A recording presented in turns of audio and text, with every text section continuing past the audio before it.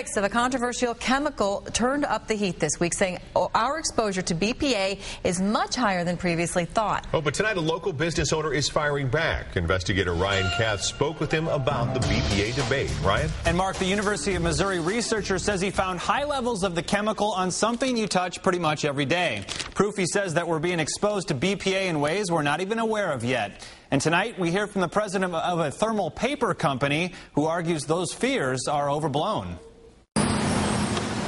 Thousands of rolls of thermal paper speed down the conveyor belt every day at this Kansas City plant.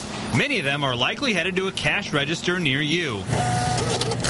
The debate about BPA has been gaining steam in the industry, but the president of Right Made Paper argues there's nothing to prove touching receipts is harmful to your health. It has been so extensively tested, and it has been confirmed to be safe in so many studies that I'm very comfortable with that. I'm holding a roll. This stuff absorbs into fat. But a leading BPA expert called that claim a blatant lie, telling us hundreds of academic and government-backed studies tell a different story. We can pull out a receipt. On Tuesday, we told you about the research conducted inside his Mizzou lab, where scientists collected receipts from across the country and tested them for the chemical. The surface amounts of bisphenol A on about 40% of the papers that we analyzed were astronomical. The ingredient in many plastics and linings of metal cans has been under the microscope for possible links to health problems like diabetes, cancer, obesity, and heart disease.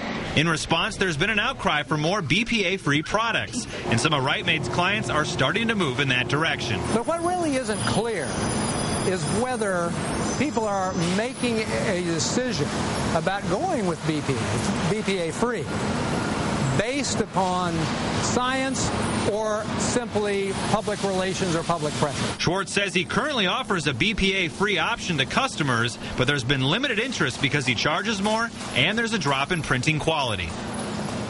Right now, the Environmental Protection Agency is working with the industry to identify alternatives to BPA and thermal paper. And Mark and Elizabeth, Schwartz tells me he uses something called BPS right now, and his big question is, how do we know we're not going to be having this same conversation in 10 years about BPS? And I called the Mizzou professor, asked him about that, and he said, that's a good point.